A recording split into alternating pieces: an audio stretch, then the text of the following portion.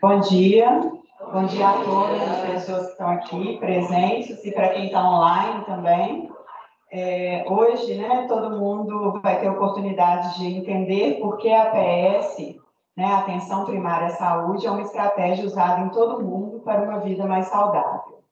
Desde 2021, a Copasa Saúde vem investindo no programa Integração Saúde, que segue os princípios da atenção primária à saúde, promovendo um cuidado integral e contínuo.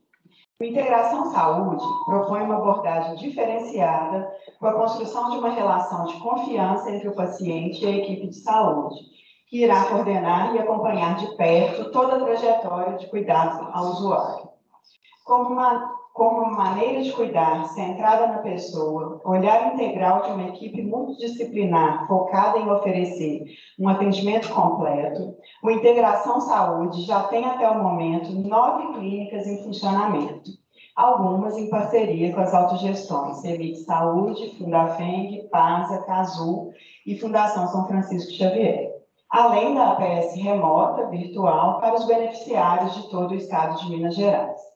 Antes de falar dos nossos palestrantes, quero registrar meus agradecimentos ao Omar, à Grace, à Dandara, à Liliane e a toda a equipe da Copasa Saúde e da Copasa que trabalhou para que esse evento pudesse acontecer. E para que a gente possa saber mais sobre os benefícios dessa forma de cuidar da saúde, teremos a apresentação especial do Dr. Robert Janet e, como convidado especial, o Dr. Paulo do Bem, além da participação do Omar. O Dr. Robert Janet é professor assistente da Harvard Medical School, médico consultor de questões de política de saúde para o Banco Mundial há 11 anos e participa de projetos na atenção primária na saúde suplementar do Brasil e atua como assessor do Ministério da Saúde. O nosso convidado especial, Paulo do Bem, é graduado em medicina pela UFMG, possui MBA executivo em saúde e é mestre em medicina pela UFMG. É muito experiente em gestão de planejamento em saúde, com foco na inovação e implantação de projetos voltados para a atenção primária. E teremos também a participação do Omar, o superintendente da Copasa Saúde. Então, agora eu chamo o Dr. Robert para falar um pouco para a gente.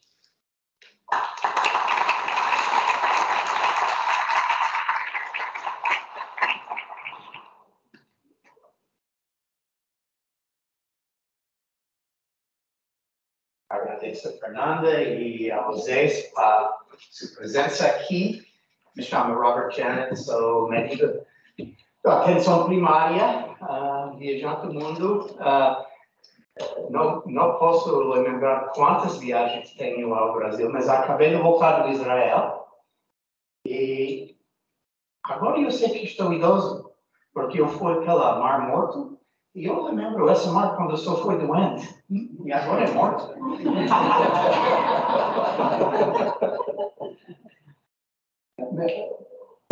Chave para envelhecer com sucesso, para mim, são duas coisas. Gosto de cantar e gosto de beber pinga. Meus amigos gostaram muito mais ouvir a mim bebendo pinga que cantando. Não é? Então, podemos começar? Temos a primeira quadra.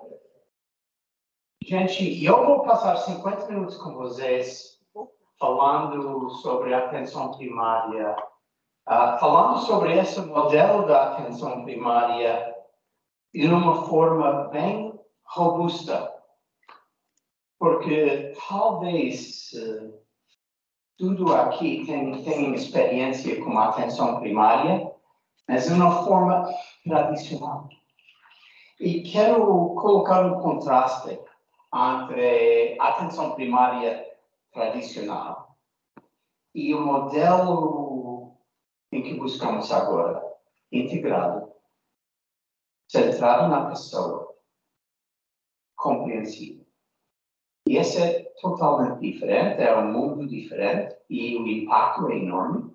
O impacto é muito mais potente que o modelo anterior. Obrigado pelas quadras. Então, nossa agenda hoje, em 50 minutos, e é desafiador para falar sobre toda essa matéria em 50 minutos, mas falamos primeiro dos desafios do saúde suplementar, porque é muito importante. Já conhecem, mas quero notar umas coisas, ok? Segunda, como pode ser que a APS, a atenção primária, é uma solução fundamental pelos desafios do saúde suplementar? Vou falar sobre novos modelos, como eu dizia. Quero falar sobre o estado atual do APS agora, no saúde suplementar, coisas boas, coisas ruins, que existem aqui no país, e falar brevemente sobre modelos. Vamos perceber do mercado municipal aqui do Minas, talvez conheça essa cara. Vamos descascar o abacaxi juntos, ok? E espero que quando fazemos isso não coloque o pé na jaca. Médicos aqui entendem isso, mas a gente que não são médicos, médico que dá uma palestra sempre começar com uma pessoa. Um caso atual da nossa experiência clínica para ilustrar qual é o ponto principal do nosso evento. Então, esse é um caso da nossa experiência em Cambridge, Massachusetts. Paciente, uma senhora de 69 anos, com colonoscopia para fazer rastreamento do câncer do intestino. O gastro, durante o procedimento, encontrou um pólipo desse tamanho grande, muito grande. E o risco, a gente que não conhece, de um pólipo assim pode transformar até um câncer, facilmente. Por isso, o gastro recomendou para essa senhora, por favor, volte em 6 meses, o ano máximo. E também falou com o marido dessa mulher, por favor, traga sua mulher aqui, 6 meses, um ano máximo, para repetir esse procedimento. E o que aconteceu? Essa mulher desapareceu do nosso atendimento, e não por 6 meses, não por 5 anos. Ela foi fora da nossa consciência. E não quero dizer que o médico fez um erro aqui, porque essa médica, colega minha, professora do Harvard, muito boa gente, muito inteligente, mas nosso sistema de gestão não nos ofereceram informação para conscientizar uma pessoa que está fora do nosso atendimento. Então, essa mulher voltou, foi um câncer horrível, internada no hospital, cirurgia, recuperação, ambulâncias, quimioterapia, radioterapia, sofrimento, dores, angústia e custos. Aqui é o tumor horrível. Mas temos cirurgiões boas, tiraram o tumor e, ao final, atualmente curaram essa crise, esse transtorno maligno. Mas, pelos economistas aqui, tenho uma informação para vocês sobre os custos pelo primeiro ano de atendimento, ok? E foi mais que 67 mil dólares americanos neste caso, pelo primeiro ano de atendimento. Podemos comparar isso pelo custo de 2 procedimentos eletivos, volta em 6 meses, repetir o colonoscopia, 1.000 dólares. Fazer uma operação para tirar esse pedaço do intestino, 5.600, 10 vezes mais caro essa transtorno. Então, imagina as 2 consequências dessa falha no nosso sistema, ok? Sofrimento evitável, com certeza. Muito sofrimento evitável. Mas custo evitável. E quando estamos falando de saúde e necessidade de economizar na saúde, sempre falamos de que serviço podemos cortar, diminuir, eliminar, que desperdício temos que não temos que pagar. Mas raramente pensamos nos custos evitáveis, futurais, se o tratamento for feito da maneira correta na primeira instância. Então, por gestor, quero que você imagine esses dois degraus de economização. Eliminar desperdício, com certeza, duplicação, mas também esses eventos evitáveis downstream são muito importantes. Esse foi o médico tradicional.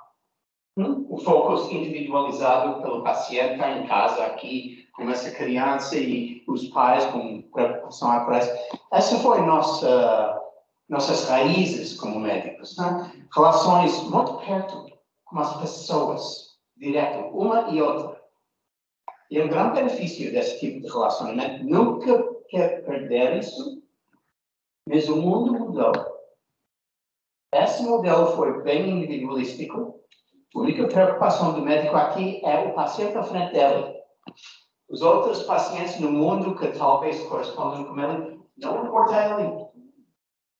São responsabilidades das outras pessoas. Mas eu prometia de falar sobre as mudanças, desafios aqui no país. Talvez vocês não sabiam que Barbie agora tem mais que 50 anos e perdeu um pouco da sua charme por causa de quê? De tabagismo, de cerveja, da sofa, da pipoca. Essas são doenças degenerativas devido do estilo de vida e é muito comum aqui em nossa população, né? Inclusive os empregados dessa empresa. Tudo. E também você não lembra que Donald Duck foi um moleque, um jovem moleque, agora é idoso, discapacidade, meio cego e ainda fuma, né? Então, esses são os dois tipos de problemas que enfrentamos agora. Estilo de vida, doenças crônicas e envelhecimento. E quero mostrar os fatores assim. Temos essa ideia de transição demográfica da população brasileira. É uma população que era jovem, agora principalmente nessa degrau, e vai crescer.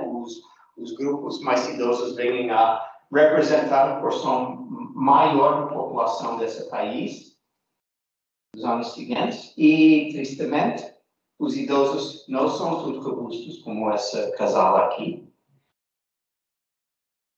Essa transição epidemiológica, que antigamente, quando imaginemos o sistema de saúde brasileiro, os desafios do sistema foram doenças agudas. Essas são transtornos infecciosos. Mas o que aconteceu nos anos? Mortalidade das infecções. Os transtornos agudos ainda são importantes, mas não são os desafios principais do sistema de saúde. Agora, é isso. São doenças crônicas. Por isso, precisa de um modelo diferente para lidar. Porque o objetivo agora não é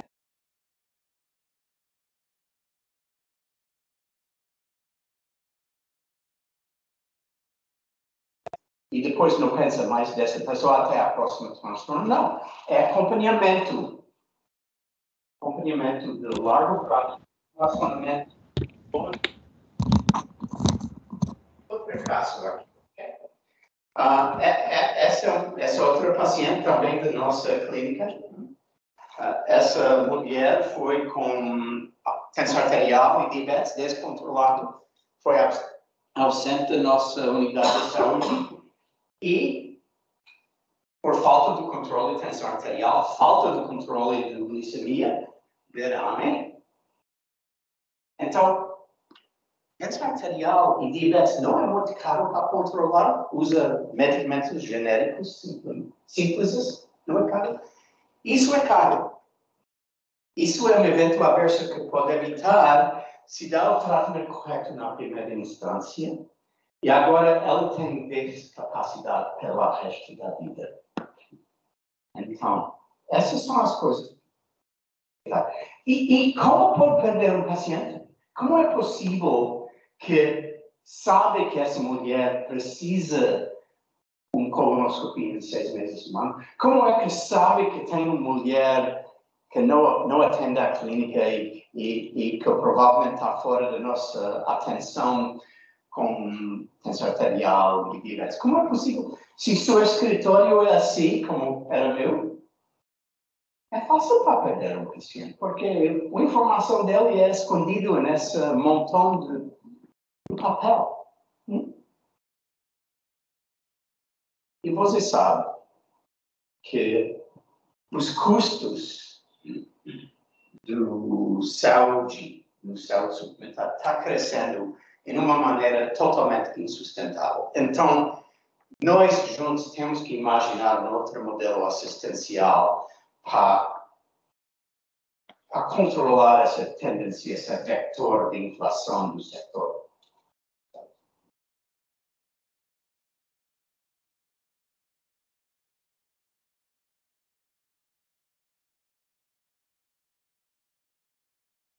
Então, falamos agora sobre uma ironia curiosa. Tenho o privilégio de participar em uma pesquisa mundial. Publicamos em Lancet em 2019. E se você tem insônia e quer ler uma coisa para provocar sono, posso recomendar meu artigo e você vai ler isso, acho que vai ler facilmente. Mas essa tem livre acesso no Lancet em 2019. Right Care Series, é muito fácil para acessar. Mas fizemos uma pesquisa mundial dos serviços necessários na saúde e dos serviços desnecessários na saúde. E a observação em cada país, em cada local, em cada cidade, simultaneamente, pacientes receberam serviços que não precisavam, desperdício, sobreutilização. Mesmo lugar, essas mesmas populações faltaram de receber serviços necessários para evitar doenças e para evitar complicações secundárias da doença crônica. Então, essas falhas existem em todos os lugares. Não é somente a culpa do sistema de saúde brasileiro. Nós temos que adressar isso e tem maneiras eficazes para adressar isso. Mas agora vamos falar do modelo assistencial. Porque tem boas notícias sobre a APS aqui no Brasil. Se tem uma perspectiva global, como eu, pode observar países que têm sistemas de saúde bem fortes, e cada um deles tem APS forte. Tem poucas exceções disso no mundo sobre sistemas de saúde. Então, sabemos que é necessário efetuar isso de uma maneira eficaz no saúde suplementar, porque 10, 15 anos atrás, vocês sabem melhor que mim, a APS não existava na saúde suplementar. Pensaram, eles podem voltar ao SUS se quiserem, e nunca foi. Segunda, temos muita informação sobre a eficácia do APS para controlar internações desnecessárias no SUS.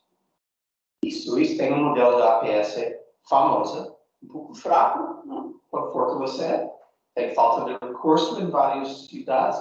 Minas é uma exceção nisso. Mas se vai para o Nordeste é diferente. Mas SUS nos mostra a eficácia do APS pelo sistema inteiro nesse país.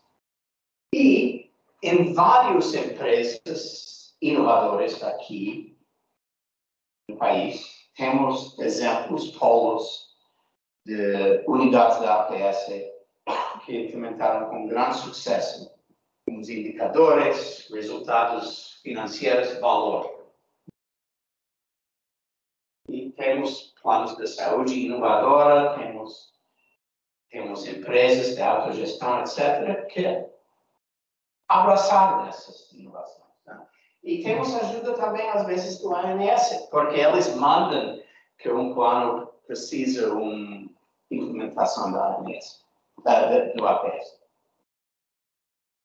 Essas são as boas notícias. Agora falamos dos notícias más. Tem muito fake news aqui. Tem muito fake news nesse país sobre a APS. E outras coisas também, mas principalmente falo sobre a APS hoje.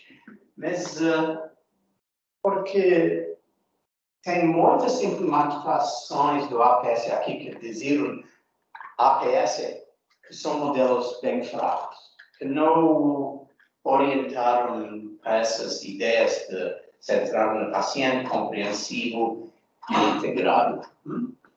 Então, tem atenção inadequada à carteira dos pacientes, tem atenção inadequada ao acesso. Se oferece APS e não tem acesso, o que vai acontecer? Os pacientes vêm para pronto seguro, vai aumentar a fragmentação, que é o inimigo da integração, e não vai economizar. Muitas são unidades da APS que existem em isolação. Não tem redes dos especialistas e hospitais a colaborar. E a APS sozinho não tem muita eficácia. Precisa esses vínculos com os especialistas dos hospitais da eficácia. Cultura de medicina também é um problema nesse país. Tem ausência de colaboração entre vários prestadores na APS no país. Tem ausência de sistemas de TI, registros médicos eletrônicos, etc., que pode eliminar as brechas de atendimento, como esse escritório lotado com papel. São as notícias más. Então, a APS não é simplesmente pronto atendimento. Não é simplesmente telemedicina. Tem muita gente que diz, eu tenho APS, é 100% telemedicina. Ineficaz. Não é simplesmente cuidado preventivo. Tem unidades que dizem, um médico vem aqui no sede 6 horas por semana para fazer todos os exames necessários de prevenção. Essa não é a APS. Saúde ocupacional. Essa não é a APS. Tem componentes, mas não é a APS. E, com minha palavra favorita, unidades básicas de saúde. Básico, não é básico, é elemental, é fundamental, essencial. Não é básico, é bem complicado. Okay? Então, não é simplesmente essas coisas. É compreensivo, resolutivo, pessoal, integrado com informação, integrado com outros setores do sistema, central, centro da roda do sistema de saúde. Então, a APS inclui todas essas coisas em uma combinação além das outras funções. E quero explicar algumas. Okay? Porque, atenção, se faz corretamente esse modelo, é confiável. Identifica brechas de atendimento e presta serviços necessários aos pacientes. Não? Participa em promoção de saúde e triagem para decidir quem precisa de tratamento e quando. Atende doença aguda, também acompanha doença crônica. E as duas são feitas por gente que já conhece o paciente, não são pessoas novas para esse paciente. Conhecem a família, etc. Tem uma vínculo. Esse é um relacionamento de duração longa. Então, e finalmente, não é simplesmente pensando da biologia e doença física, mas pensando nos componentes sociais, componentes psicológicos, motivação, que determina os resultados de saúde. E aqui trabalhamos na intersecção, nos 3 campos, biológico, psicológico e social. Aqui na metade, porque, por exemplo, você pode ser o endocrinologista mais famoso em São Paulo, do USP, e sabe tudo dos medicamentos dos diabetes, sabe tudo das provas dos diabetes, exames suplementares, etc. Se você não pode entender e influenciar o comportamento dos seus pacientes, não pode efetuar o controle dos diabetes, porque é mais que conhecimento, e mais que o conhecimento biológico, também essa ideia de entender a motivação da pessoa e entender as influências sociais da família, dos barreiras sociais, de casa inadequada, de transporte, de comprar remédios. Não pode controlar a tensão arterial se a pessoa é pobre e não pode comprar os remédios. Né? Então, isso é APS, entender os três. E, gente, não é que todos os pacientes vão colaborar com nós de uma maneira que desejamos. Né? Tem muitas pessoas muito individualístico, né? Que não têm interesse de manter sua saúde, etc. A prioridade deles não é visitar o médico. Pense nisso. Antes do nosso modelo novo, esse modelo baseado em populações, caras assim foram fora do nosso atendimento e ignoramos a elas. E foi razoável para fazer isso no modelo anterior, porque é difícil. Eu quero passar meu tempo com pacientes que querem colaborar comigo. Se ela quer destrojar sua vida, é sua culpa. Sim. Mas essa não é a realidade nova, porque, por exemplo, essa empresa tem empregados. Tem quantos? 20 mil? 11 mil empregados. Ok. Então, 40 mil vidas. Tem algumas assim, não? Sim. E não podemos ignorar elas, porque os custos deles vêm a influenciar tudo o que fazemos, ok? E eu tenho que acelerar um pouco, porque quase acabou. Tenho 30 minutos? Ok. Tenho que acelerar um pouco. Então, quero falar sobre como funciona essa atenção primária, ok? É uma vinculante em um grupo específico dos pacientes e um médico e sua equipe, longitudinal. E essa equipe tem responsabilidade para efetuar as intervenções necessárias para manter a saúde desse grupo das pessoas. Então, imagina, estou falando de uma maneira diferente. A quadra original de um médico, um paciente, era um modelo antigo. Agora estamos falando de saúde coletiva. Não é unicamente o individual, mas também é a população. E usamos sistemas de informação e fluxos de trabalho para saber com certeza que os serviços necessários são feitos de uma maneira confiável. E como fazemos isso? Com ferramentas. Humanos esqueceram, usamos lembretes para não esquecer coisas essenciais. Divulgação, lista dos pacientes, busca ativa dos pacientes que não assistem. E acesso fácil é chave. Como eu dizia, se a próximo apontamento por sua unidade de saúde é em 2 semanas, os pacientes com queixas hoje não vão a visitar a sua unidade. Então, o que pode esperar da APS, como dizia Barbara Starfield, a reina desse campo, primeiro contato com o paciente, primeiro lugar para entrar no sistema, uma guia por um sistema complexo. No Brasil, tem essa ideia que o paciente tem o direito de consultar qualquer pessoa que quer e o paciente pode escolher seu próprio laboratório para fazer análises patológicas, etc, etc. E com esse tipo de fragmentação, complexidade do sistema, o paciente, francamente, é perdido. Não sabe, em realidade, quem é o especialista correto para solucionar o seu problema. Qual laboratório pode fazer os exames corretamente e entregar os resultados ao médico, etc. E nesse sistema complexo, quem é o princípio organizador? É o paciente próprio.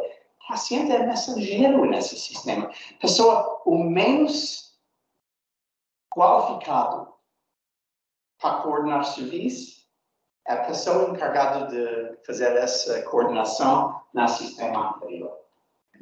Então, confiança, acesso, continuidade e equipe. Essas são as chaves. Falamos por um momento sobre coordenação de cuidado essencial. Tem um curso inteiro sobre coordenação de cuidado. Só vou mencionar hoje. Normalmente, em doenças crônicas, pacientes consultaram entre 4 e 16 especialistas por ano. Se não tem esse centro da roda, se não tem esse polo de coordenação, quem sabe o que faz ele e ela e eles, etc.? Ninguém. E quem sabe se os remédios que ela receta interagiram com os remédios deles, etc. Quem sabe se já fizeram ressonância magnética? Não tem que repetir aqui. Mas em um sistema de fragmentação, isso existe agora. Então, essa ideia que quem entende a situação global, isso é o papel da APS e usamos procedimentos especiais para fazer isso. Talvez um dia vá me convidar para explicar tudo isso, para fazer isso e fazer aulas. Tá? Mas o sistema é lotado com duplicação. O sistema é lotado com tratamento desnecessário, etc. E cada vez que fazem uma intervenção com um paciente desnecessário, traga risco a essa pessoa sem benefício. E tem evidência mundial sobre consequências da fragmentação do sistema de saúde. Essa é da Austrália. Acho que a Austrália tem um sistema de saúde bem bacana. E tem. Mas ainda tem os mesmos desafios lá. E essa é uma informação das pesquisas na Austrália sobre fragmentação. Tratamento errado, hospitalização desnecessária, estadia no hospital desnecessário, atraso do diagnóstico, eventos adversos, dissatisfação de todos os atores no sistema e custos desnecessários. Então, fragmentação é o contrário de integração. E nosso objetivo, nosso alvo é integração. Por exemplo, o paciente vai para essa especialista do pé, podólogo, com problema do pé direto e diga, sinto, eu sou uma especialista do pé esquerdo. Fragmentação. O paciente escolheu o método incorreto. E acesso, como eu digo, acesso é essencial. Temos que superar essas barreiras de acesso. E tem maneiras para fazer isso, tem uma ciência de acesso. São outras aulas que temos. Então, para a gente que não conhece a APS nessa forma, nesse modelo, quero mostrar, ok? Esse é o gráfico dos cores da bandeira do Brasil. Mostraram aqui o ponto-chave. Círculo amarelo. Todos os pacientes na carteira do médico e sua equipe. Vamos dizer, por exemplo, essa é uma população de 2.000 pessoas. E cada membro desse círculo amarelo merece todos os serviços preventivos que a evidência demanda. Merece acesso fácil. Merece tratamento agudo por transtornos corretos e em bom tempo. E merecem todos os outros serviços de cada paciente no mundo. De uma maneira confiável. Se era sua mãe nessa população e o médico não organizou um mamograma na idade correta, será muito triste e zangado, não? Porque cada pessoa merece isso. Okay? Uma porção da sua carteira do APS tem condições crônicas, tensão arterial, diabetes, inflamação reumática, insuficiência cardíaca, etc. Essas pessoas merecem todos os serviços aqui, mas também tratamento baseado em evidência por protocolo de todas as intervenções necessárias para controlar essas condições crônicas e colaboração com especialistas se é necessário. E algumas delas são grávidas e essas mulheres também precisam atendimento pré-parto.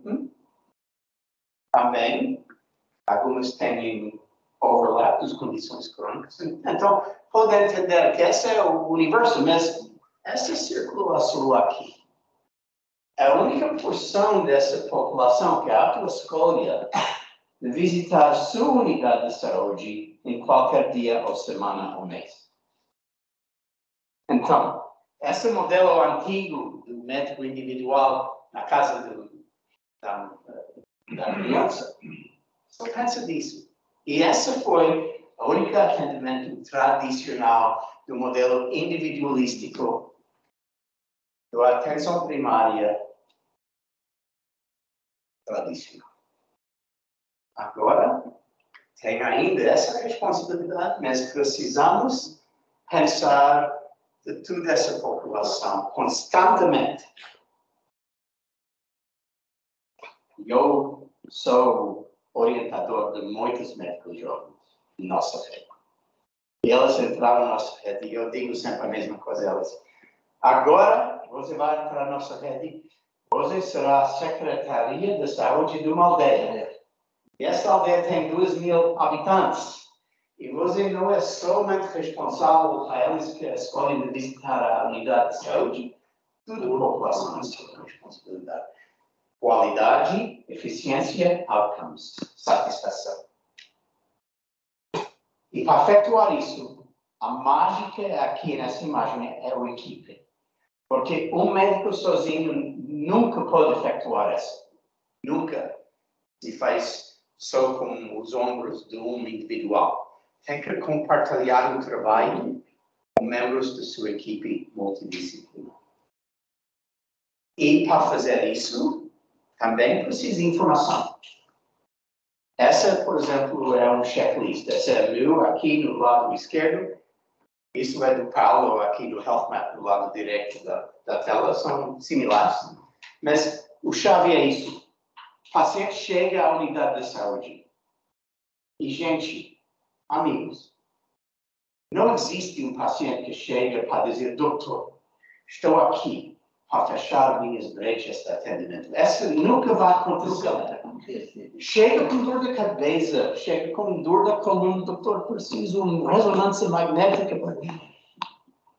Mas nós sabemos que existem essas brechas de atendimento em vacinas, em glicemia, em exame de retina para diabetes, em rastreamento por câncer, etc. Então, quando o paciente está esperando o médico a falar sobre dor de cabeça e dor de coluna, a equipe está trabalhando para fechar o máximo número dessas brechas de atendimento antes que o médico entre na sala.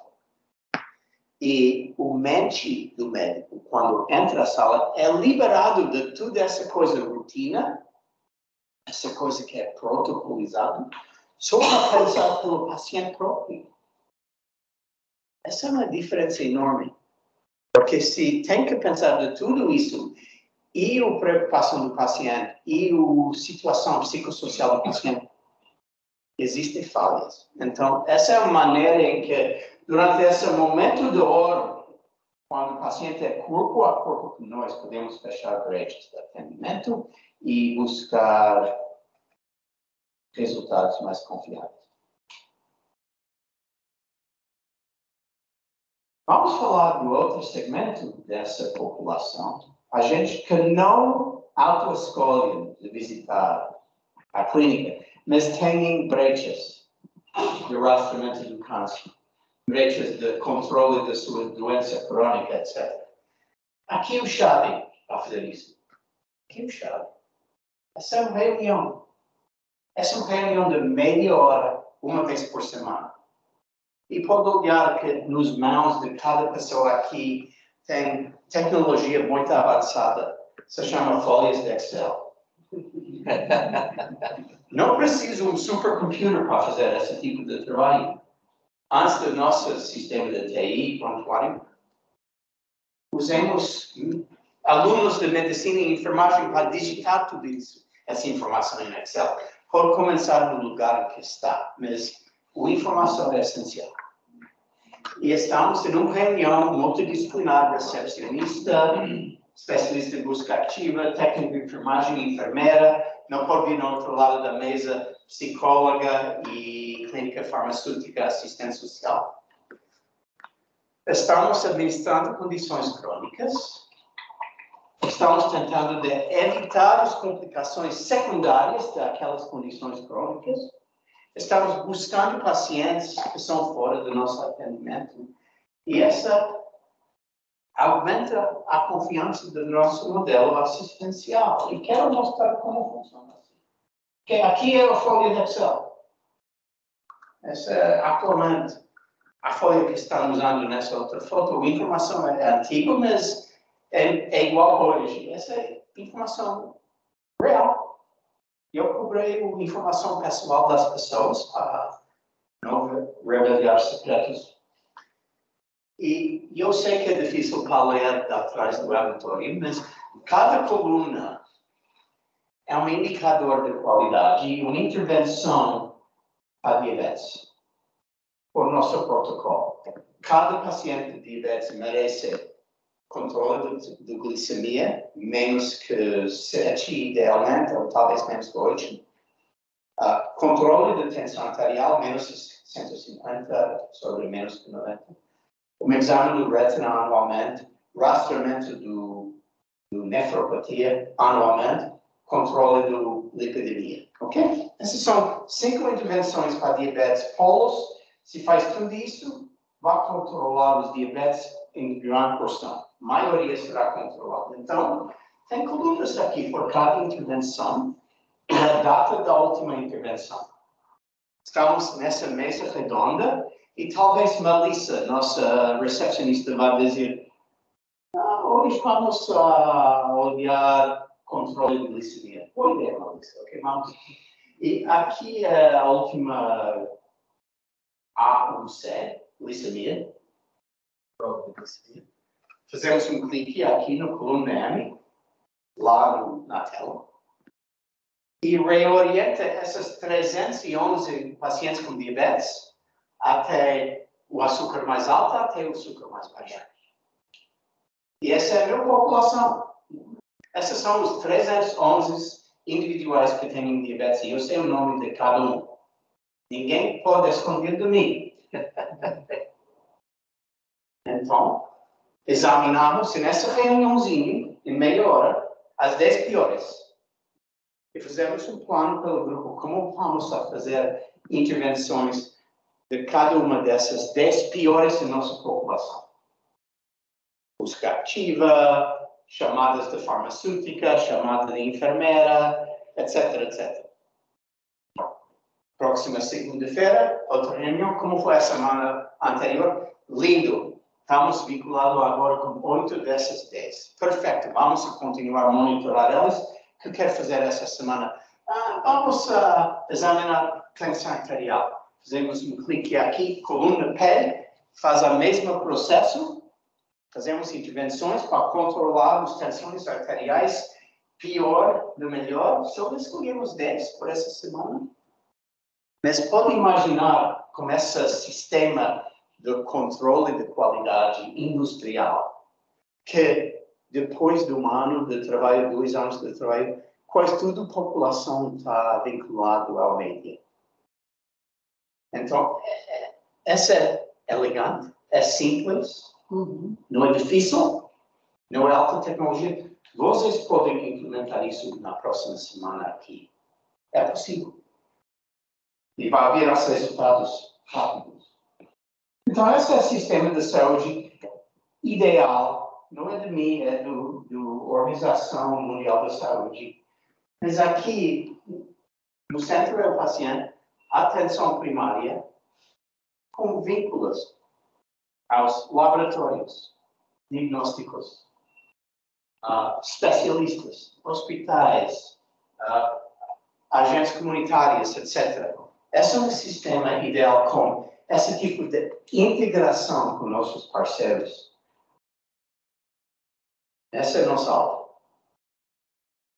Então, vamos voltar pela começo desse evento e falar outra vez no contraste entre o modelo tradicional e nossa aula, o modelo que é centrado na pessoa, o modelo que é compreensivo e integrado. Okay?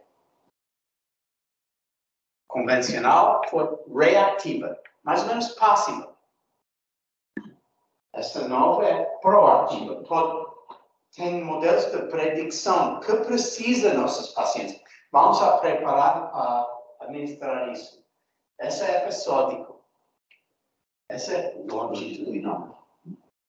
Isso aqui, o ênfase foi cura. Aqui é acompanhamento.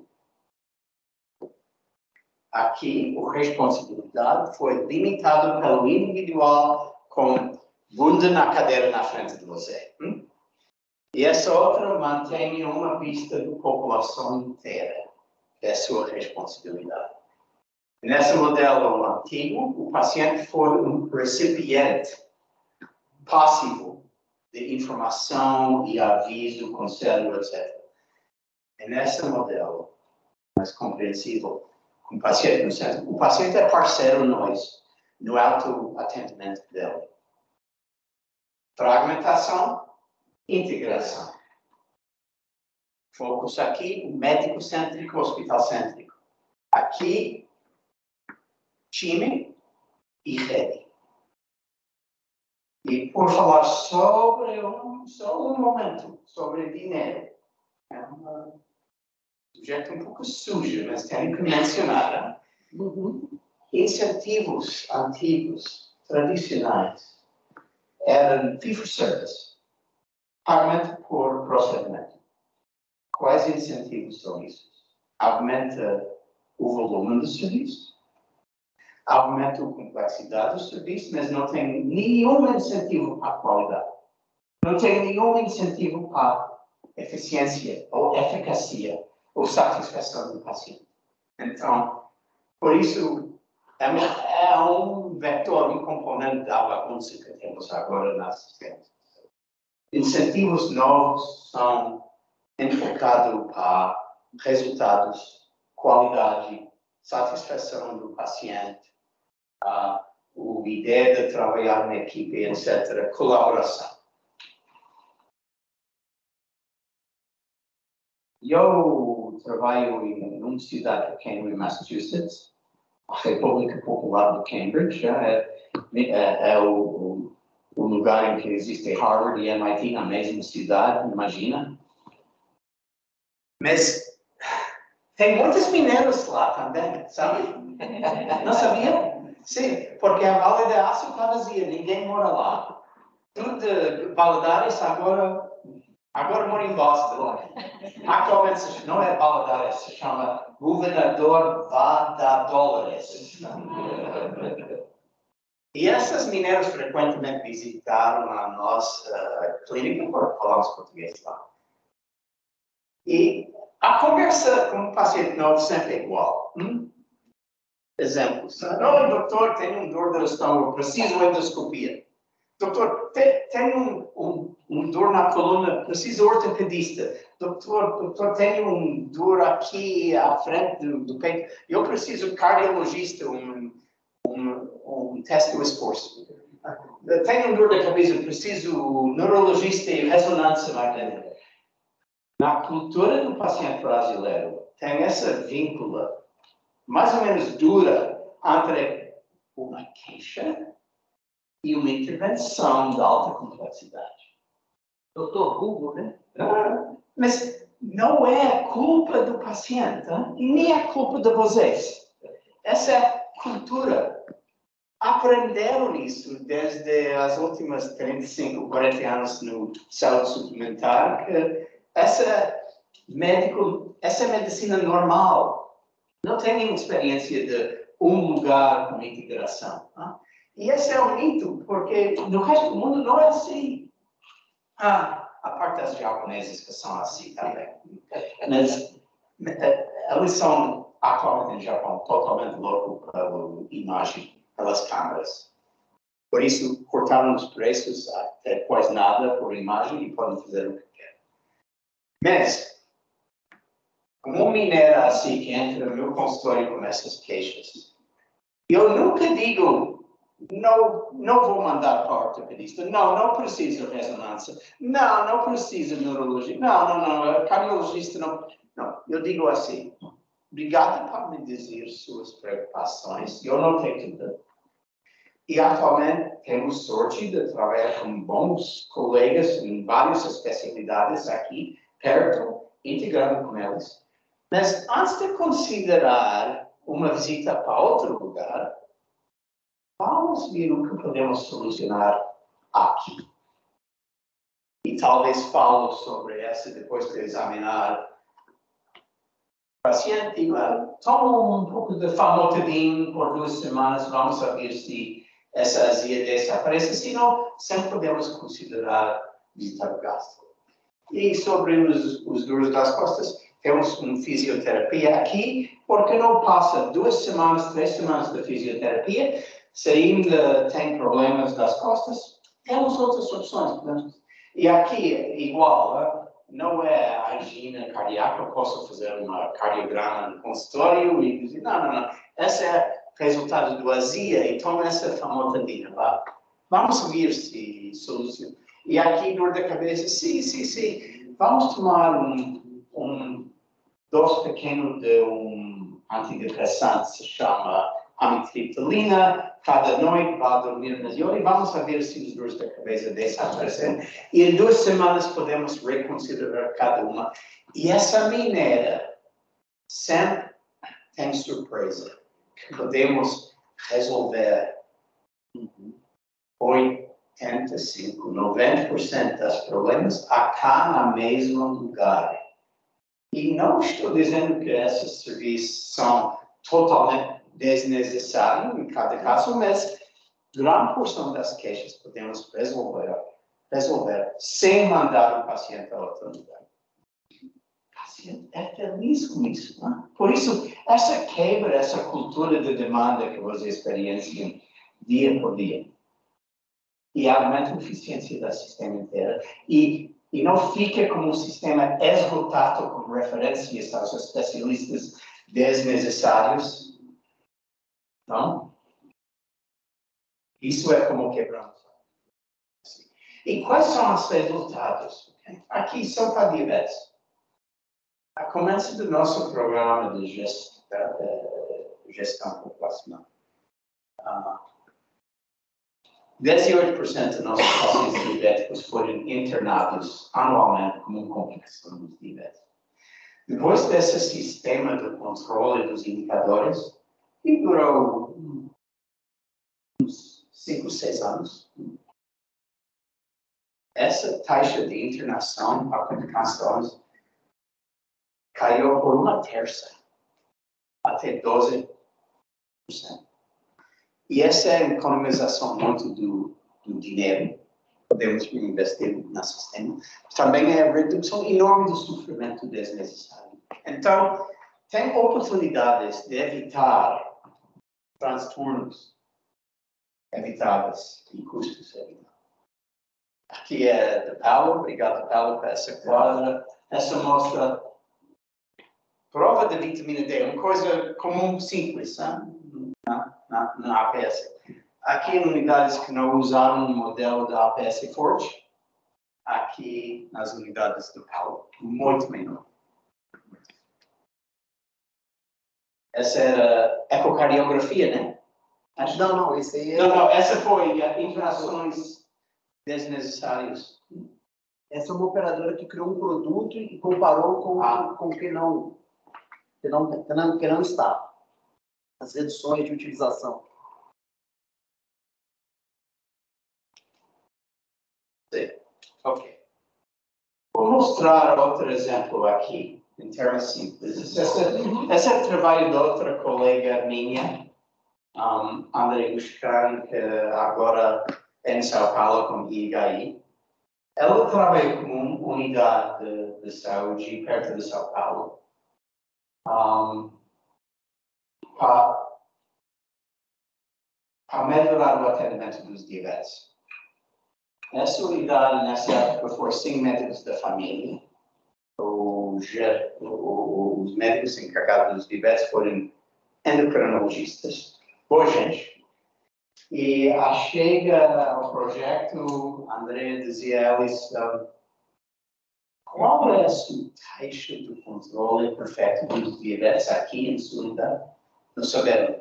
Foram sem informação disso. Mas os gestores acharam que o modelo assistencial era perfeito, porque tem psicologista, endocrinologista, oftalmologista, cardiologista, nutricionista, todos assistas. Então, oferece todo o serviço necessário por diabetes lá em seu lugar. Então, fazemos uma avaliação dos fichas médicas dos pacientes diabéticos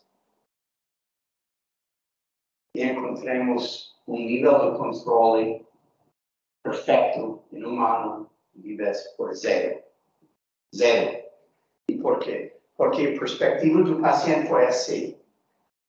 Eles não sabiam aonde vão. Ninguém sabia se tem uma brecha em qualquer dessas listas, etc.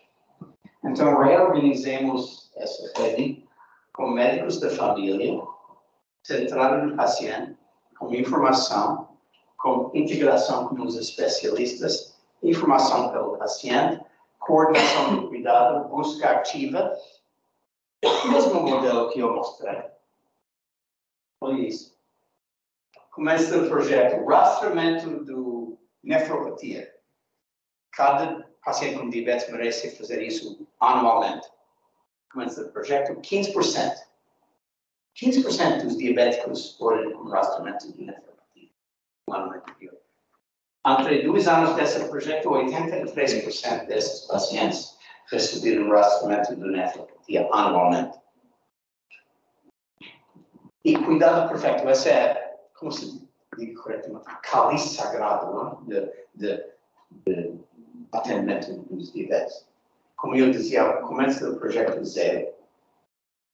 Depois de 2 anos de intervenções, 64%. E essa é a performance num nível internacional. Mas essa não é feito com mais endocrinologistas. Essa não é feito por investir mais dinheiro em provas, em ressonância magnética, etc. Essa é para investir em outro modelo assistencial baseado em médicos bons, não são gênios, não são brilhantes, não quero dizer isso. São boa gente, normal, adequado, médicos da família. Mas como um sistema bacana. E esse é o ponto-chave para vocês. Porque qualidade não é o resultado do trabalho individual de uma pessoa. Atualmente, a fonte de qualidade é a organização do sistema em que trabalha. O médico ordinário com um sistema, um modelo assistencial bacana, tem resultados últimos. E um gênio, um professor do USP, que trabalha num sistema fraco, em que tudo responsabilidade está no ombro deles, tem resultados medianos, talvez ruins. Então, qualidade é uma propriedade do sistema. Então, para fechar, tem que conhecer nossos pacientes, que não são simplesmente uma coleção dos orgânulos e reações bioquímicas. São pessoas com redes sociais, com dificuldades psicológicas, de motivação, etc. E temos que entender isso e influenciar o comportamento, além de influenciar as intervenções de saúde.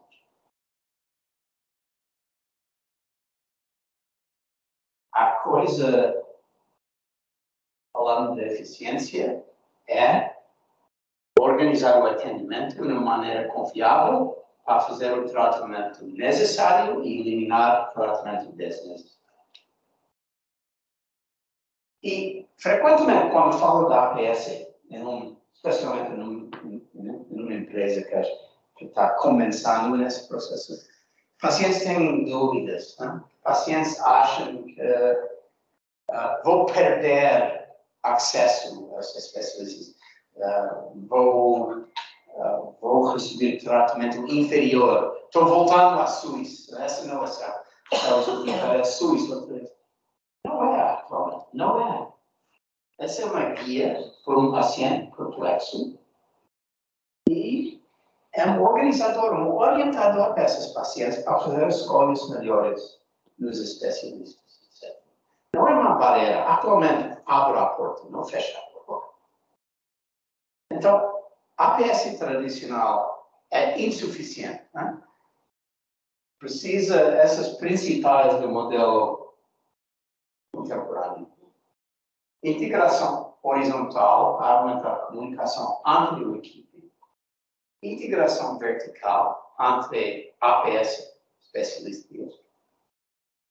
Informação, que é o sangue em nosso sistema circulatório. E um modelo centrado no paciente como pessoa.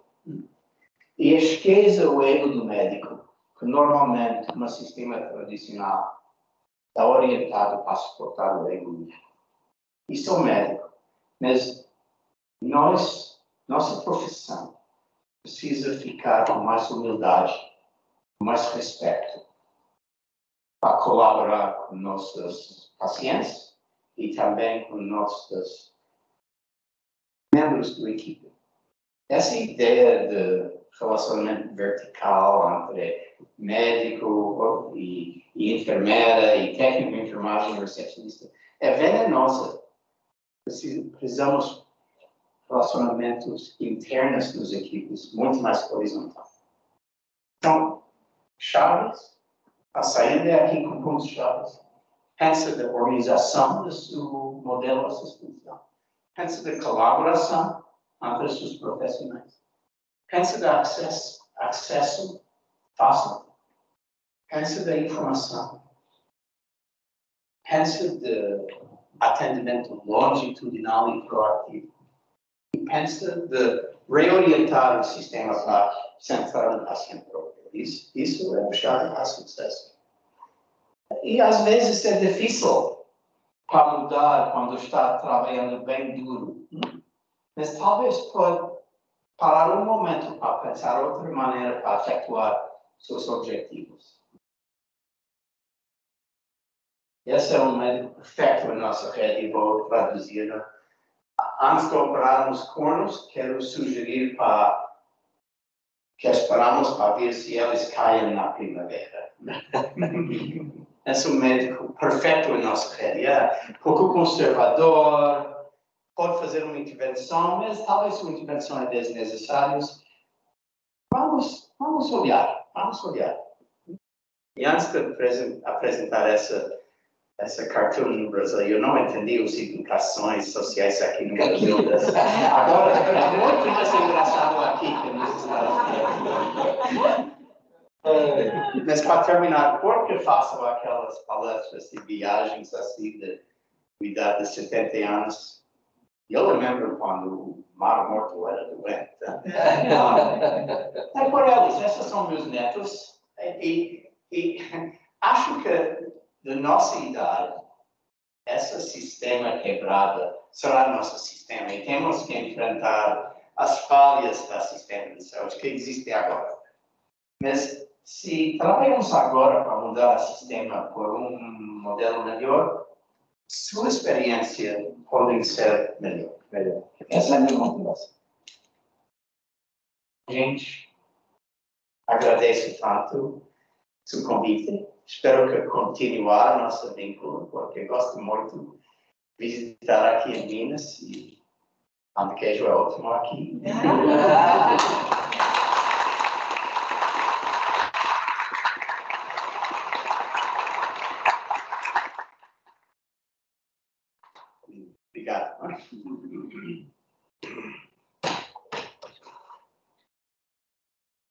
Uma aguinha, não? Uma água? Uma água? Sim, vou tomar. Tem aqui. Sempre brilhante, né?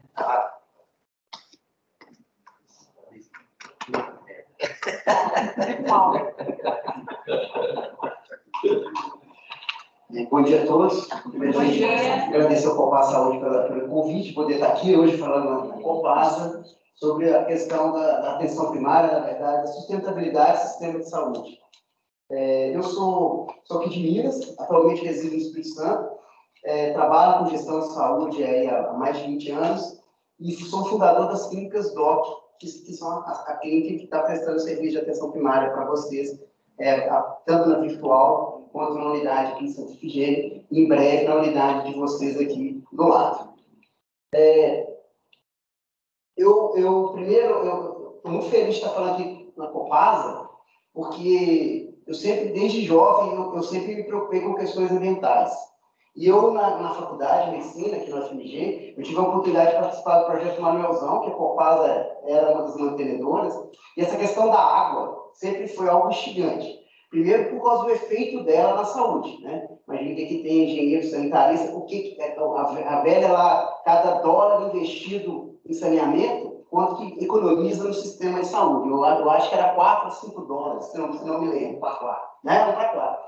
Isso sempre foi uma coisa instigante para mim, tanto que, inclusive, durante um período, eu me tornei professor de saúde ambiental. E em 2011, inclusive, foi quando eu conheci o professor Rob. Eu fui fazer um curso na Europa, e no final do curso eu fui passear nos Alpes lá, e isso aqui me chamou a atenção. Né? Essa foto eu tirei em 2011, das geleiras, e no mesmo lugar eu tinha visto na noite anterior essa foto no restaurante que eu fui, dessa mesma geleira em 1888. Olha a diferença da geleira. Né? Naquela época, muitos ainda tem gente até hoje não acreditando no aquecimento global, mas aqui é uma evidência clara de aquecimento global. E aí a questão é, o que faremos? Né? A nossa capacidade de adaptar com provavelmente, né, infelizmente, um futuro com maior escassez de recursos. Né? E daí vem o grande desafio de todos de usar de forma cada vez mais eficiente o recurso que a gente tem. Né? Eu não preciso falar com vocês em relação à água, o grande desafio que um recurso finito que precisa ser usado da forma mais inteligente, vamos pensar assim, possível. E se a gente pensar em sistemas de saúde, não é muito diferente. Esse gráfico aqui, gente, traz o custo o gasto do PIB de vários países desenvolvidos com a saúde. Tem uma linha ali que destoa das outras, né? A linha vermelha de cima. A linha vermelha de cima é a dos Estados Unidos. Os Estados Unidos é o país do mundo que gasta o maior percentual do PIB com saúde, a despeito de ter experiências como a da Kennedy Health Alliance, onde o professor Lopes trabalha, né? Tem várias outras experiências nos Estados Unidos baseadas em atenção primária, ainda não é um modelo hegemônico de lá. É muito parecido com o da saúde suplementar aqui. Né? Eu estou há 10 anos aí com os projetos de atenção primária, mas eles não chegam hoje a 1% ainda da carteira total, 5% talvez, né? Não chega a 5%, fazendo uma conta, da carteira total de beneficiários de plano de saúde no Brasil. Quer dizer, 95% da carteira ainda está no modelo convencional, que nós vamos falar dele aqui daqui a pouco. E nos Estados Unidos não é diferente. Se você comparar com o Canadá, com a Austrália, com a Inglaterra, com outros países que têm atenção primária forte, eles gastam menos em relação ao PIB com saúde, e o mais importante, eles têm melhores indicadores de saúde populacional, de controle de doenças crônicas, etc. Tá? E por que isso? Né? Eu peço desculpa, algumas coisas que eu vou falar aqui vão repetir com o que o professor Robert falou, de certa forma, até porque muita coisa foi ele que me ensinou. E eu fiz uma síntese, de um lado, aqui do lado esquerdo, o modelo de saúde, sistema de saúde que a gente ainda tem no Brasil, somente na saúde privada. Ele é muito baseado, aquilo que o professor Robert contou do mineiro que chega, do brasileiro que chega nos Estados Unidos e quer fazer exame, tem a ver com uma cultura de consumerismo que a gente criou. Né? Ao invés de a gente ela é baseada em desejo. Eu desejo fazer tal coisa, mas é porque, de certa forma, a gente perdeu um pouco da questão da real necessidade. Na verdade, no modelo sustentável, as pessoas têm que fazer determinado procedimento se ele realmente é necessário, se ele realmente tem justificativa científica de ser feito, né? Uma vez eu vi uma discussão de um paciente com um médico de família que ele queria fazer uma ressonância magnética do cérebro, porque o vizinho dele tinha morrido com aneurisma. Não existe nada na literatura que justifique uma pessoa fazer uma ressonância magnética do cérebro para poder ver se ele tem aneurisma. Não tem, do ponto de vista populacional. Só que esse paciente era advogado. Ele estava discutindo ferozmente com eu entrei na sala, porque o negócio estava tenso. Ele falou assim, eu tenho direito de fazer uma ressonância. Eu falei, verdade, você tem direito de fazer ressonância. Você também tem direito de fazer uma quimioterapia. Vamos prescrever uma quimioterapia para você agora? Quer dizer, uma coisa é o direito, gente. É o desejo, é o direito. Outra coisa é a real necessidade, a real indicação, vamos chamar científica, de se fazer determinado procedimento. E é isso que a gente vai ter que gradualmente transformar, educar, né, a nossa sociedade para entender, peraí, nós construímos um sistema de saúde suplementar no Brasil que é muito bom. Só que ele ainda tem muita falha de qualidade e desperdício, porque nós estamos utilizando ele de forma inadequada. Nós vamos ter que... Nosso maior desafio aí, nesse aquecimento, vamos falar assim, global, em relação ao impacto na saúde, é como que nós vamos usar o recurso que nós temos da forma que garanta os melhores resultados, atendam às reais necessidades da população, sem desperdício, né? Outras coisas, por exemplo, o professor falou, o nosso modelo é extremamente fragmentado, né? E, na verdade, a gente deveria partir para um modelo baseado em valor, que é o que chama de Value-Based Healthcare. O foco ainda é no serviço, né? Na verdade, o foco do sistema de saúde sustentável é na pessoa, no paciente. Esse é o foco. Ele ainda é muito hospitalocêntrico, médico-cêntrico, hospitalocêntrico. A gente tem que fazer exatamente ser um modelo baseado com coordenação do cuidado, com times, né? Então, aqui é uma síntese. Tá? E outras coisas aqui que estão mas depois a gente pode, num outro momento, aprofundar. E essa questão é tão complexa que hoje pensar na saúde, se a gente vai no modelo cartesiano de caixinha, a gente não consegue entender muito bem a questão de saúde. Vou dar um exemplo aqui do processo de adoecimento, né? Por exemplo, se a gente pensar aqui, isso aqui é um estudo clássico da Universidade de Stanford, que mostra o que faz uma população no mundo viver mais, né? O impacto da assistência à saúde na longevidade de uma população é de 11%. O impacto, por exemplo, das questões genéticas é 22%. O impacto das questões sociais é 24%. Dos comportamentos individuais, dos hábitos, alimentação, atividade física, uso de droga, etc., é 36%. Você vê que é muito maior. Como que você você tem que enxergar isso tudo, né? E ali eu pus uma imagem, porque às vezes, por exemplo, hoje a gente vive o mal do século. Qual que é o mal do século? São os transtornos mentais, ansiedade, depressão. A depressão é causada, uma das causas tem a ver com um neurotransmissor chamado serotonina no cérebro, que está baixo. Quem produz serotonina é o intestino. Então, o intestino está ligado ao cérebro. Se você tem uma má alimentação, você não vai produzir serotonina adequadamente. Então, você vai viver tomando antidepressivo pro resto da vida? Ou, de repente, você vai com atividade física, alimentação, reestabelecer um equilíbrio biopsicossocial, e vai, de repente, às vezes você pode até diminuir a dose do medicamento e, quem sabe, no futuro nem precisar dele. Mas você precisa cuidar do seu intestino. O seu cérebro, se você só focar... Então, na verdade, alguém que tem depressão precisa de ter acompanhamento do psicólogo, precisa tomar medicação, mas precisa de fazer uma alimentação adequada. Estou dando um exemplo de uma... A gente pode levantar outras, né? Centenas de casos, assim, dessa complexidade. É um sistema totalmente interligado, né? Não é caixinha igual a gente, às vezes, de forma simplista, tende a simplificar o modelo. Aqui também, né, aquilo que o professor Robert mostrou dos pacientes diabéticos, que foi analisar uma operadora aqui no Brasil que tinha dado 0, né? O IHI, que é esse Instituto da Qualidade, mostrou que nos Estados Unidos os pacientes que têm doenças crônicas recebiam os cuidados recomendados 55% das vezes. Ou seja, se a gente trouxer isso para a lógica da indústria, da qualidade, né, a taxa de defeito do cuidado dos pacientes com condições crônicas nos Estados Unidos é de 45%. Se compraria um carro e a cada 2 carros fabricados um ia ter defeito, que é mais ou menos isso aqui. O sistema de saúde, a taxa de defeito é muito alta ainda. Nós temos que trabalhar para poder atingir níveis. Lógico que não vai ser igual da indústria, 99,90%, mas 80%, 90%, porque sempre vai ter as pessoas que não vão aceitar, né? Mas o mínimo aceitável hoje é de 80%. 80%, no mínimo, das pessoas com condições crônicas têm que estar adequadamente cuidadas, né? E você vai perseguir essa de 82, 85, até chegar a 90. Ah, vai chegar em 100? Lógico que não, é utópico. Mas acima de 90, sim, se você tem um processo muito bem estabelecido e uma forma de trabalhar em time que consiga. Esse aqui é um exemplo, ó. Ele trouxe o exemplo daquela paciente que teve um câncer de colo, que não foi detectado. Esse aqui é um exemplo que eu pus caricato, mas que acontece, gente, todos os dias.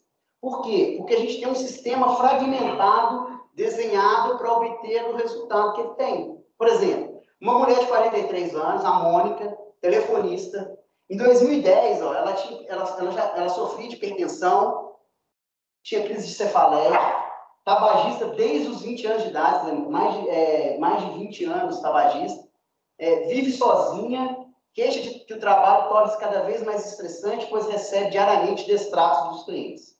Então tem um componente psicológico forte também.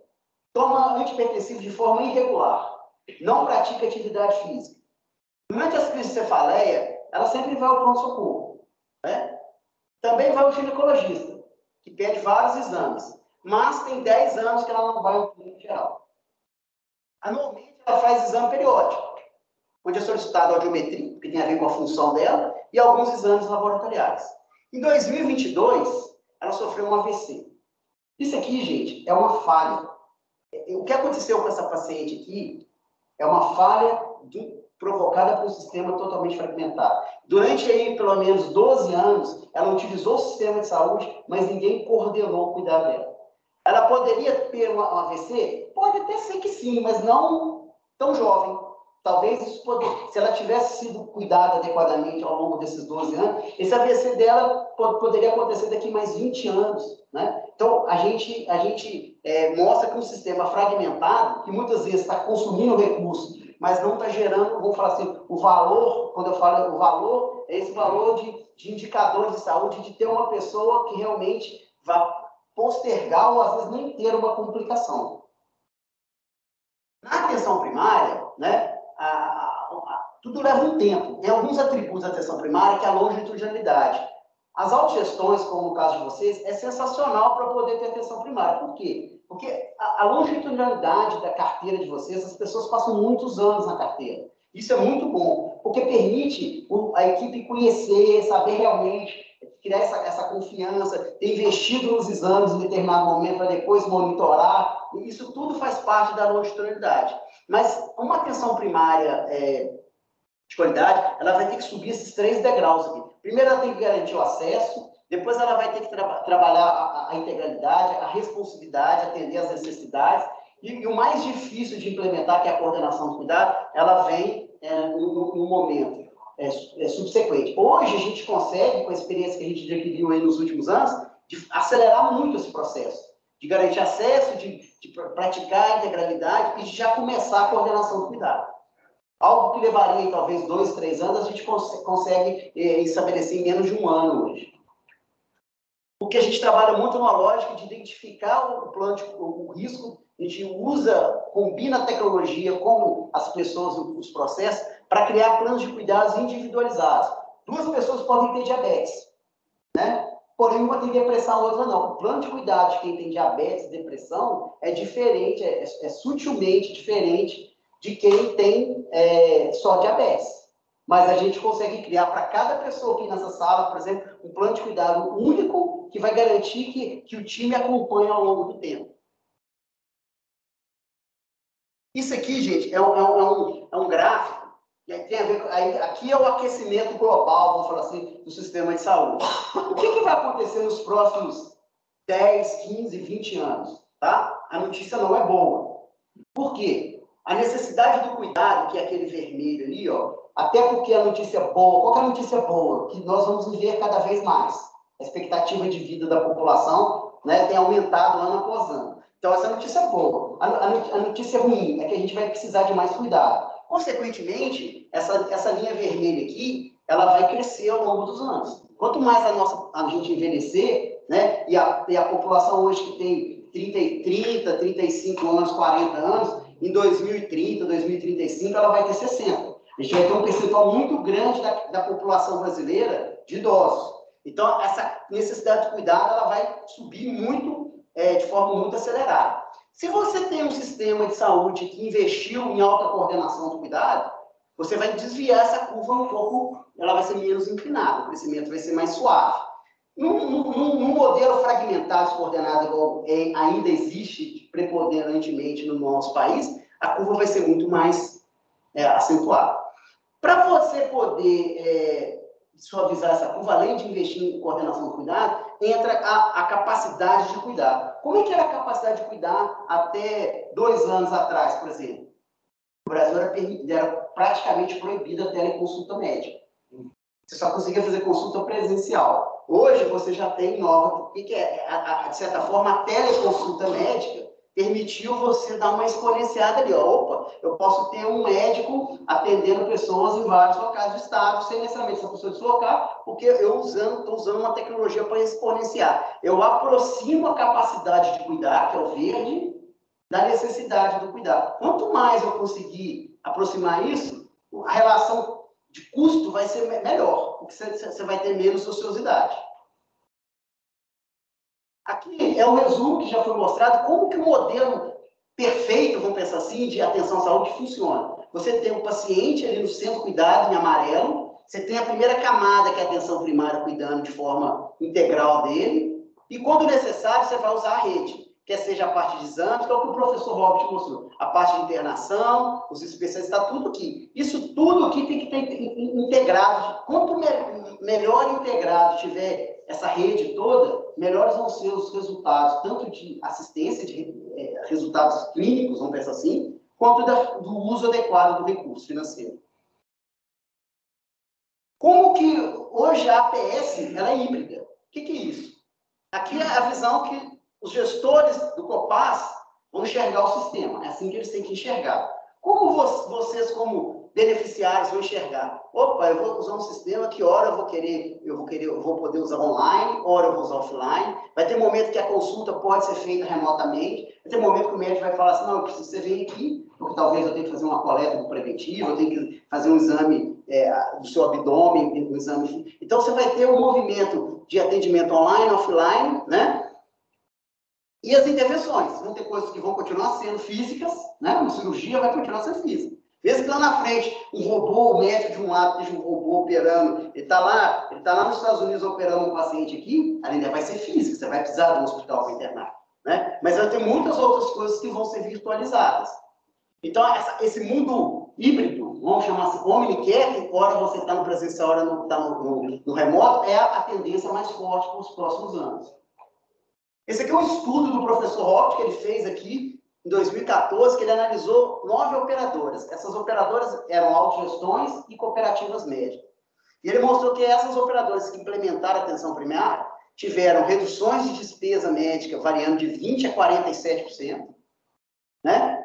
E o que é tão importante, ou até mais do que a redução de custo, os indicadores de cuidados com diabetes e rastreamento de câncer melhoraram drasticamente. E a satisfação do paciente com esse novo modelo é muito alta. Eu acho que é aí que está não é só uma discussão de redução de custo, ou de utilizar melhor recurso, é de oferecer mais qualidade, melhor cuidado, que é o que, na verdade, se você falar assim, é a natureza de um bom plano de saúde, é cuidar adequadamente daquela população. Isso aqui são dashboards que a gente tem para monitorar evolução de utilização. É a questão de cumprimento, né? Ali, ó, esse aqui é uma carteira que a gente está cuidando, em que 96% da carteira cumpriu mais do que 50% do plano. E se a gente fizer um corte de 80%, chega a mais de 86% daquela carteira cumpriu mais de 80% do plano de cuidado. Esse é um exemplo que o professor já mostrou, isso aqui é de eco, um modelo de atenção primária forte, comparado a uma população, a mesma população, da mesma cidade, do mesmo plano de saúde. Uma que está em atenção primária, a outra que não. Olha a quantidade de eco que faz a menos. Ah, mas foi proibido de solicitar eco? Não. Só que teve uma organização. Primeiro, a pessoa passa pelo médico de família, é avaliada, e se realmente ela precisa, ela vai ser encaminhada para fazer com o cardiologista. Olha aqui, essa diferença aqui, ó, é desperdício. Porque esses exames aqui, de cada 10 que foram feitos, 8 estavam alterados. Esse aqui, de cada 10 que foram feitos, só 2 eram alterados. Quer dizer, gastou-se dinheiro desnecessariamente fazendo exames. Nesse caso, é um exame que aparentemente não tem muito risco, mas pensa numa tomografia. Uma tomografia, gente, tem um grau de radiação muito alto. Uma menina que faz 6 tomografias na infância, na adolescente, jovem, ela 6 tomografias. Ela foi exposta a radiações parecidas com Hiroshima após a bomba atômica. A gente é exposto à radiação, não, eco, a princípio não tem radiação, é ultrassom. Ok, mas tem procedimentos que são feitos que tem risco. E a gente faz achando que, na verdade, a gente está fazendo o melhor, que é o que o professor falou. Não necessariamente consumir serviço de saúde, operar, tem que ser feito quando é realmente necessário. Porque até tomar uma medicação, até tomar uma vacina, se a gente for ver, tem benefícios, mas tem riscos também. Então, isso tem que ser feito de uma forma muito cautelosa, vamos pensar assim. Isso aqui são dados de uma operadora de autogestão, que também reduziu a utilização, e um NPS, um nível de satisfação de 97%. E aqui, para fechar, eu vou trazer também uma síntese, parecida um pouco com o que o professor trouxe, de que é uma agenda, o que uma operadora tem que seguir para poder ter essa mudança sustentável. Ela tem que ter foco no paciente, isso vocês têm, no beneficiário. Eu tenho certeza que vocês têm. Modelo com atenção primária à saúde e coordenação do cuidado efetiva. Vocês estão em implantação, né, em ritmo acelerado. Novas formas de remuneração dos prestadores de saúde atrelada à qualidade. Integração da rede assistencial. Dados de saúde integrados. Informações sobre qualidade difundidas. Maior participação dos financiadores na implementação e gestão de saúde. Uma autogestão já tem isso na sua natureza, no seu DNA. Né? O conselho é composto por beneficiários que, por sua vez, estão discutindo. Então, isso aí também incentiva o autocuidado, medicina baseada em evidências e virtualização e uso de novas tecnologias. Aqui está uma síntese dessa mudança sustentável no sistema de saúde. Obrigado, foi um prazer estar aqui.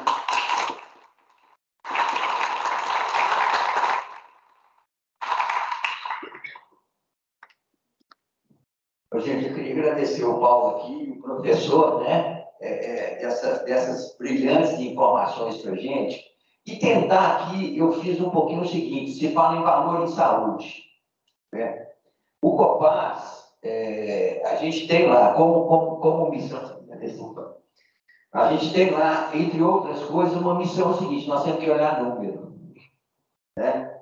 Nós somos lá as pessoas que têm que olhar número e ver esses custos, né? E aí a gente sempre fala, saúde não tem preço, mas tem custo. Então a gente tentou aqui, gente, fazer alguma síntese do que é, né? Falar um pouquinho sobre valor em saúde, né? Na nossa missão e na nossa visão, nós temos simples. Missão, promover cuidado integral, garantir a sustentabilidade, entregar valor em saúde. Então, essa é a missão do Copaz, que a gente reviu ano passado. A nossa missão, a nossa visão, garantir elevado nível de satisfação dos nossos beneficiários e alcançar alto índice de entrega de valor em saúde até 2025.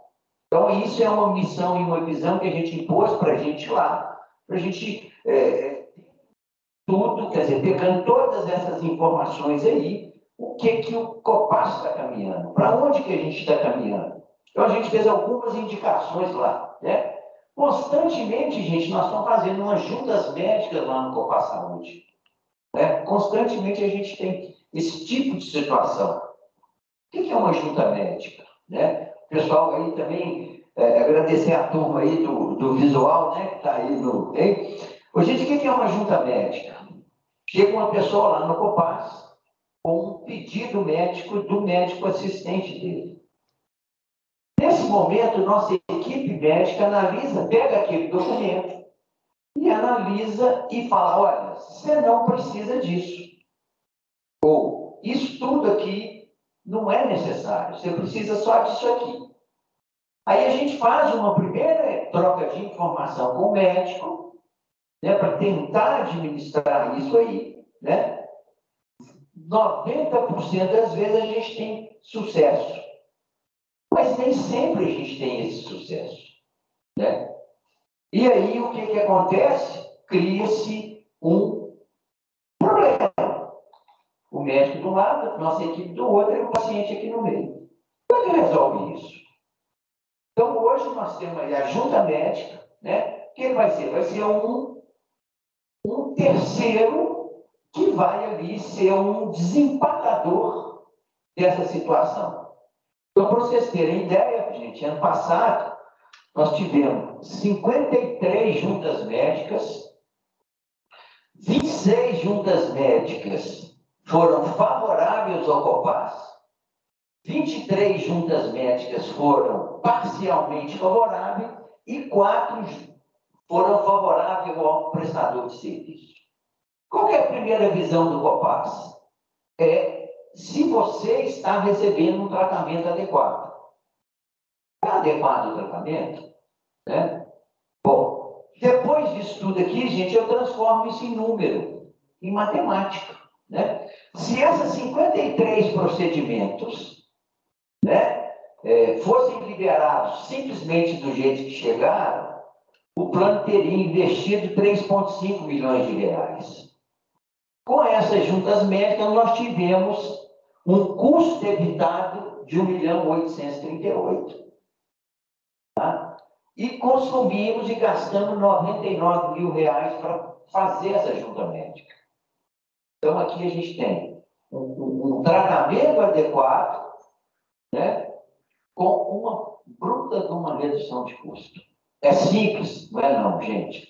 Outra coisa, perícias especializadas. E aí vem um pouquinho a falta da centralização do cuidado, né, gente? Assim, você fica solto, você vai no médico, você vai no outro, você vai num, você vai no outro, né? Então, gente, a gente usa muito as perícias especializadas, isso é um pouco diferente da junta médica, né? Aqui é o seguinte, chega lá, a gente tem uma dúvida naquele tratamento e encaminhamos para um especialista, que é a segunda opinião. Né? Então, você vai para um especialista daquela sua necessidade, né? Para ver se o tratamento está adequado. Né? Então, gente, quer dizer, aí da mesma forma eu tento transformar isso em números. Né? Nós tivemos 81 perícias. Se tivéssemos liberado 81, a gente ia ter 1 milhão de reais de gastos. Tivemos uma economia efetiva de 360 mil e investimos 23 mil reais. Entregamos ali o que o paciente precisa com um custo mais adequado. Né? Lá, gente, a gente tem um sistema que chama DRG. Esse sistema está em 400 hospitais no Brasil. Né? Então, a gente utiliza esse sistema para nos mostrar alguns indicadores. Tá? Ele mede gestão de leito, segurança assistencial, readmissão hospitalar e o ICSAP. O que é isso aqui? As internações sensíveis à atenção primária. Né? Então, esse sistema consegue medir isso aqui e nos dá alguns indicadores. Né? Nós estamos com ele em 12 hospitais de alta complexidade aqui na região metropolitana, são os maiores hospitais aqui da região metropolitana. Nós temos aqui janeiro, pegamos esse período de janeiro de 2020 a julho de 2022, né? Nós temos uma enfermeira rodando esses hospitais, gente, pegando os prontuários médicos. E o sistema compara pacientes. Para comparar alho com alho, não alho com bugalho.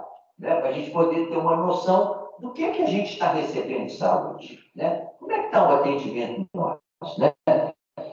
Então, 3.600 intervenções, nós gastamos 55 milhões, o custo médio da internação nossa é 15 mil e o custo dia é R$ 3.800 nesses grupos de hospitais. Tá?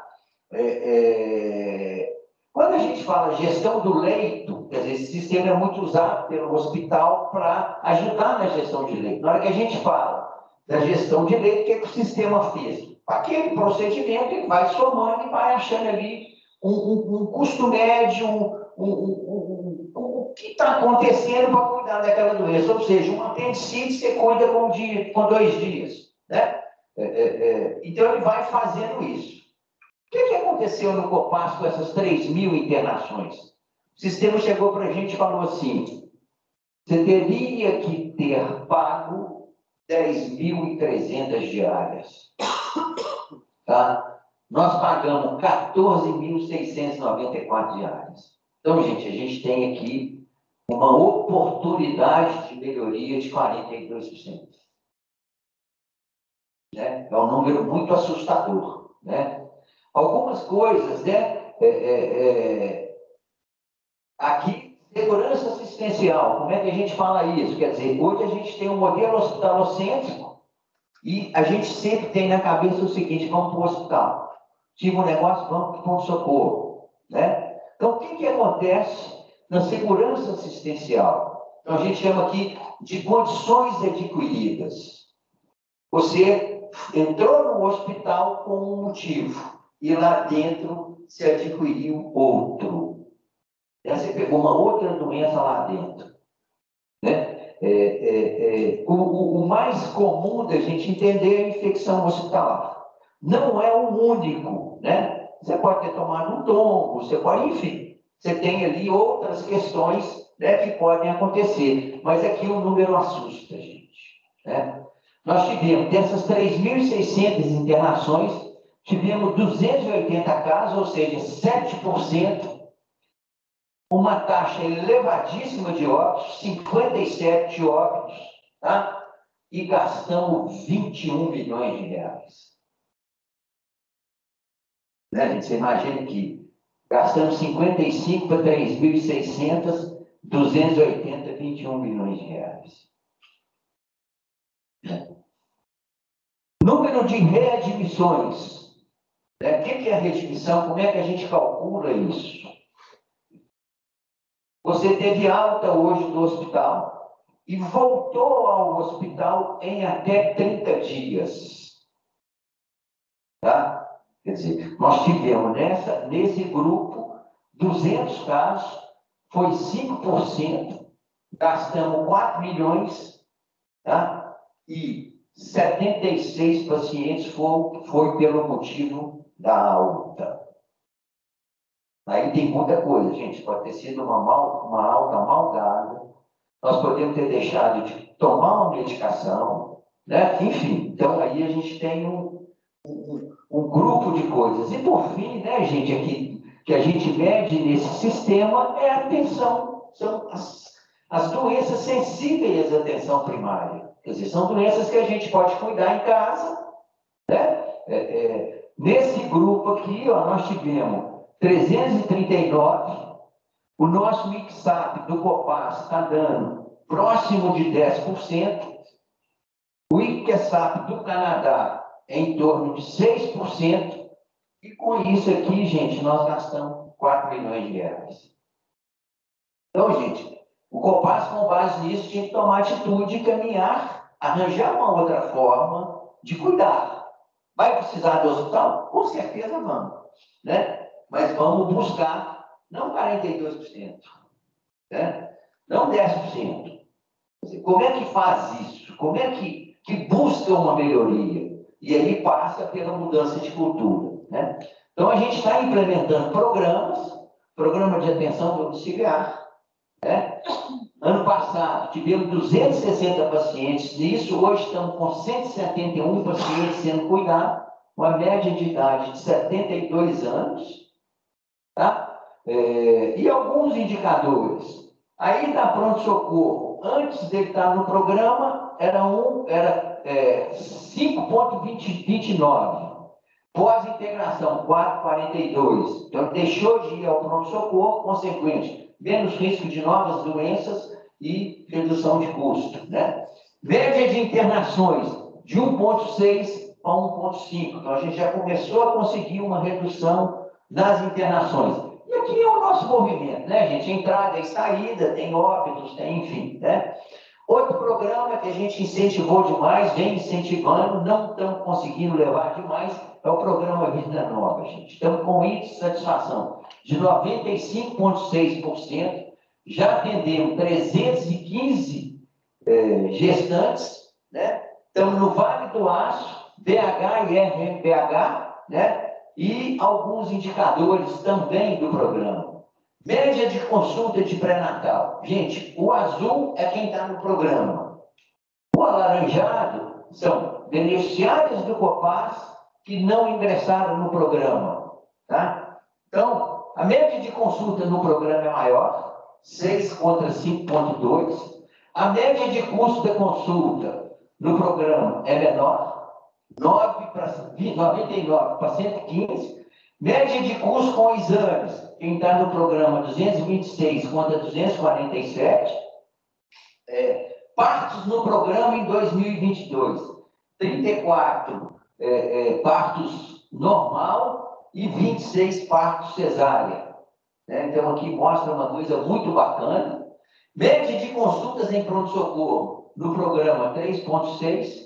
Quem não está no programa 4,4. Média de custo em pronto-socorro no programa 240 contra 260. Incidência de internação, gente, isso aqui é o grande número. Isso é o grande número, né?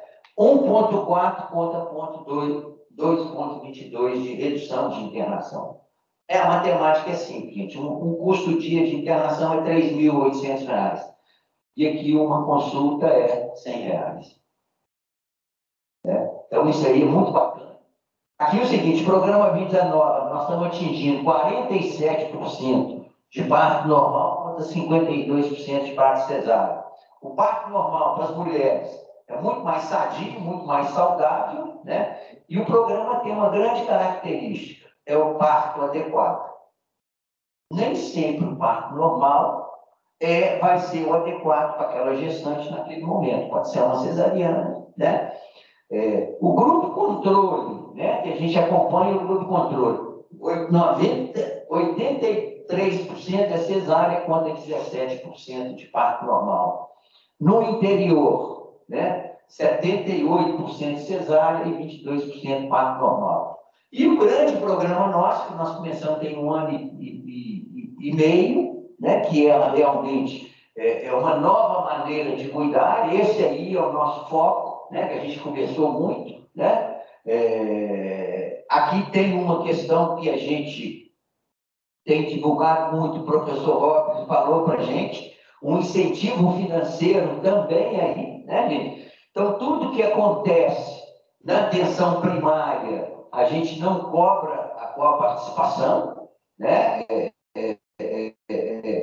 Tudo que botar dentro da clínica, né, não tem coparticipação, né? E como é que a gente está nesse programa, né? Como é que o Copaz está aí? Nós já estamos com uma clínica em Montes Claros, que a parceria foi Copaz Saúde, Semig Saúde, Cazu e a Fundafeng já entrou. Uma clínica em Contagem, Copaz Saúde, Semig Saúde e o PASA, que é Vale, Divinópolis, né? Copaz Saúde, Semig Saúde e Fundafeng. Diamantina, Copaz Saúde, Semig Saúde e Cazu. Agora, começamos em Belo Horizonte aí, parceria com a Clínica DOC, né, lá na Rua dos Otônia, até a gente trazer aqui também, aqui no Santo Antônio. Então, aí já iniciamos a APS remota, quer dizer, a medicina virtual, o plano já iniciou. E na semana passada nós assinamos o contrato com a Fundação São Francisco Xavier, no Vale do Aço. Então, é uma clínica em Timóteo, uma em Fabriciane e 2 em Patinga. Né? Fica lá a clínica Doc, só para vocês terem uma visão de como é que está lá a clínica, né? Está bombando lá, gente, está assim, está o dia inteiro com consulta marcada, gente. O importante é saber que é tudo agendado, não tem estresse de atendimento, nós queremos cuidar da saúde, não da doença, né? E aqui os primeiros números da APS, do Copaz, né? Em Contagem, nós estamos já com 525 pessoas, aderido ao modelo. Em Montes Claros, 463, em Divinópolis, 255, Diamantina, 150, Belo Horizonte, presencial, 108, curiosamente, a virtual estava com 108 nesse momento todo aí. Então, gente, nós já estamos chegando aí a quase 2.000 vidas vinculadas ao modelo, né? Temos muito chão para andar, né? Mas está startado, né? Legal aqui demais. A nossa faixa etária, né, que a gente está com uma surpresa que a gente não imaginava, a gente não tinha noção, mas olha só, a criançada está aderindo ao modelo, e isso é muito importante, porque começa de novo, né? E aqui também tem um grupo nosso ali de idosos, ó, que também já vão aderir ao modelo, tá, gente? Então, vinculado a isso, também a gente começou algumas coisas que a gente observou, que a gente tinha condição de caminhar como próprio, né, dar os primeiros passos de alguma verticalização. Também vai ter um ramal direto com as clínicas de atenção primária, que é uma clínica de infusão de medicamentos. Essa clínica nós inauguramos semana passada, também é uma parceria com a Saúde, Semig Saúde, Fundafem, está lá na rua Timbiras, né? São doenças muito específicas, né? Doenças caras de serem cuidadas, né? Que a gente mudou aí. Hoje nós temos aproximadamente 70 beneficiários fazendo a utilização dos imunos biológicos. Já começamos a migração desses beneficiários, né? Nós vamos fazer em 4 ondas. Eles estão saindo de onde que estão para a nossa clínica, né? E agradecer mais uma vez o professor Robert, né? O Paulo aí por nos ter proporcionado essa visão aí, né? E o desafio que o plano entrou, né? O conselho nos falou o seguinte: queremos uma clínica em cada gerência. Então, esse é o nosso desafio aí até 2025, né? Agradecer a todo mundo a presença, professor, mais uma vez, bom revê-lo, né? Paulo, nossa jornada está começando, né? Obrigado, gente. Boa tarde, bom dia.